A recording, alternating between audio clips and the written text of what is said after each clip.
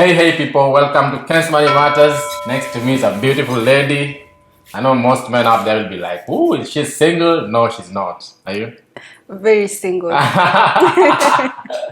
a diss. I was saying she's not. No, she's single for real and she's a really good friend of mine.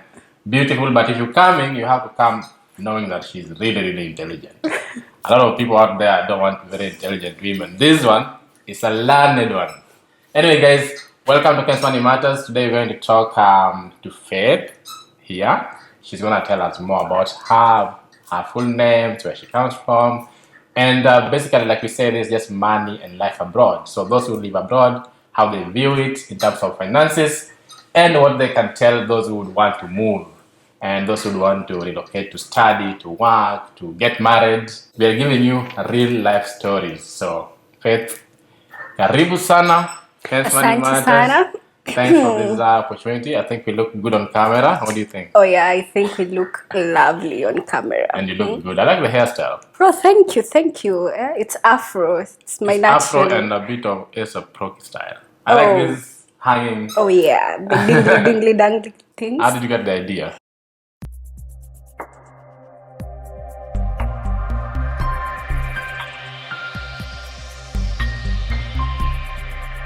That's actually one of the things about coming abroad. You have to be innovative about how you do stuff. That includes how you style your own hair. So for me, this is just a way of, it's a simple way of keeping clean and looking beautiful at the same time. Because this is a money channel, this costs like £0. I like that. £0. And it looks so good. It's Yeah. so good. And it's natural. Yeah, it's natural. I like it. I like natural hair. She looks amazing. Anyway, Faith, welcome. Thank you so much. You've given us one financial advice already.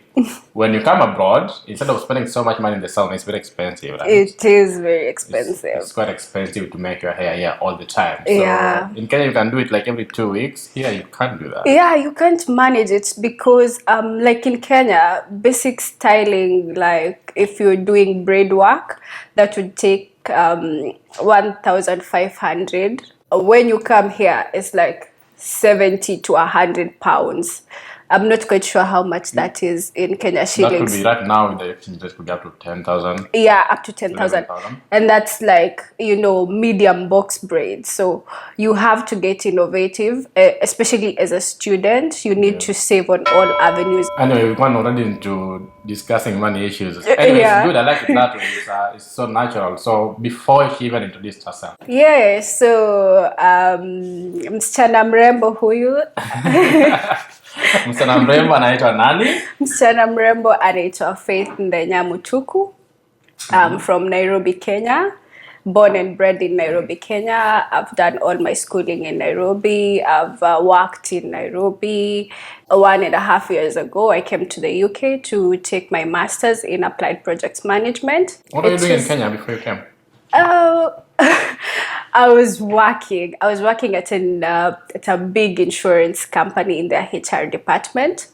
At a very young age. Yeah, I'd like to term myself as a lucky girl. The universe is always working for me. So immediately after I left campus, before graduating from campus for my bachelor's in commerce, I did a major in human resource management. So immediately before graduation, because I had like 6 months to my graduation date, I enrolled for my higher diploma in HR at CHRM.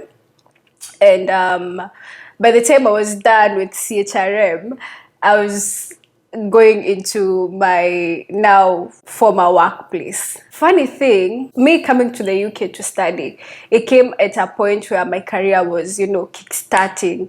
And I remember when I first told my parents, my parents were very excited about me coming to study and, expanding on my knowledge. And But when I told my friends and some of my colleagues, they were like, "Oh, but your career is now taking off.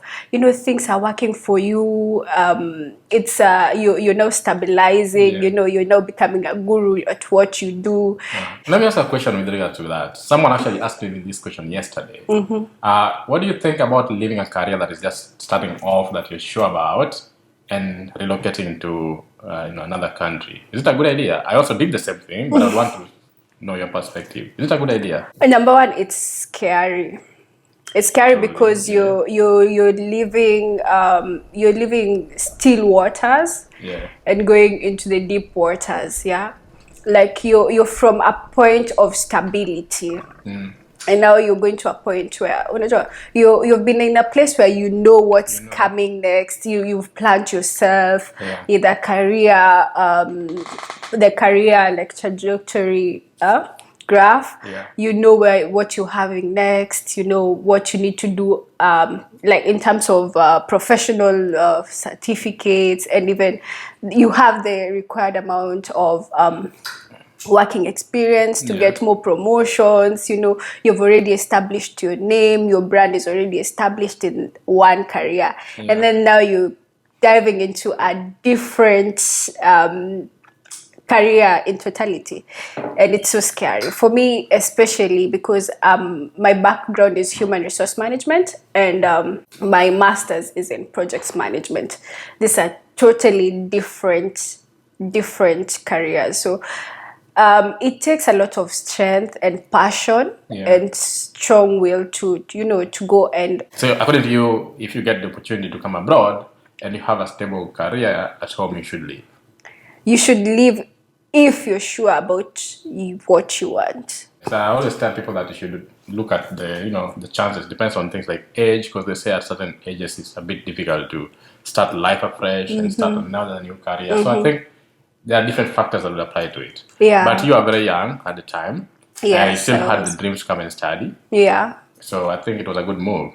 What do you Yeah, I'm also very positive. So thank you so much for the introduction. I'm going to ask you a few questions. And like I say, I've been interviewing people who do work here and they've lived here much longer. But I think you can bring us a very fresh view of people who want to come and study. Because at the end of the day, a lot of our people want to come and study and then later they transition into the society.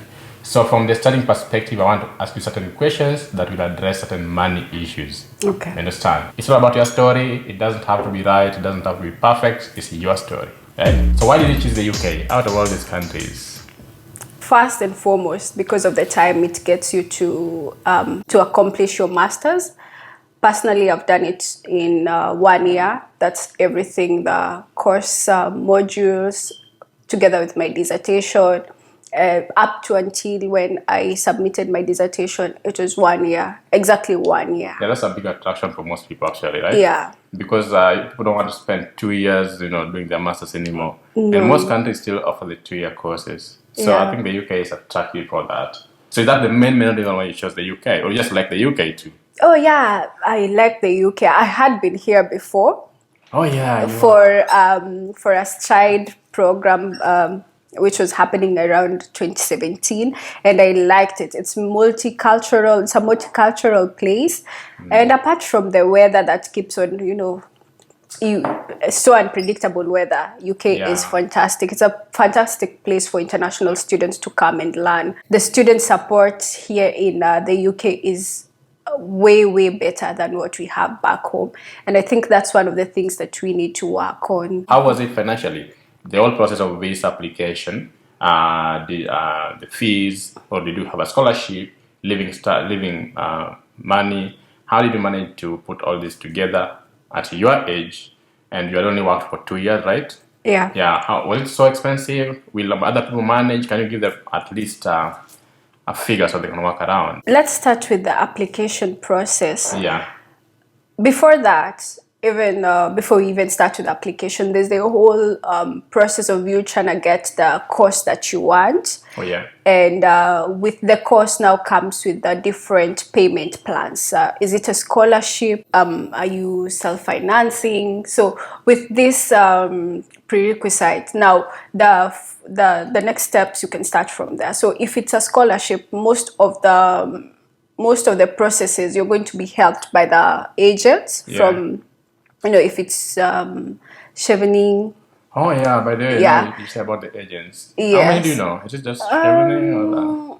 I know of chevening, and then the different campuses also offer scholarships, which are tied to the courses that you want to apply for. Maybe if it's midwifery, hospitality, it just depends. Okay, so it depends on the course you're doing. Yeah, it depends on the courses that you're doing. So basically, you can look for an agency that is specialized on that area. I particularly find UNICEF to be better because number one, they do it free, and because this is a money channel, you also want to cost save on these things. So UNICEF do it free. Like personally, I started my process individually. Like it was between me and the university. We were communicating between the two of us, the two entities. And then after I got my CAS number, which is like an approval for you to come and study,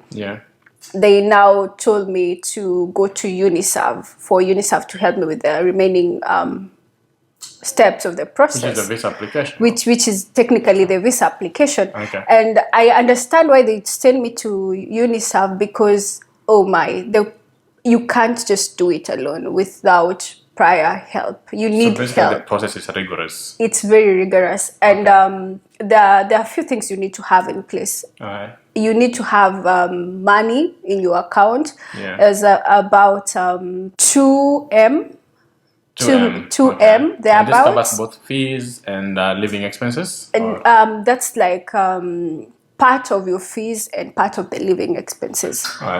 That's like the minimum balance that you need to have in your account. And that amount needs to be in your account, rather should have been in your account for like 3 months prior to you, prior to you making the visa application.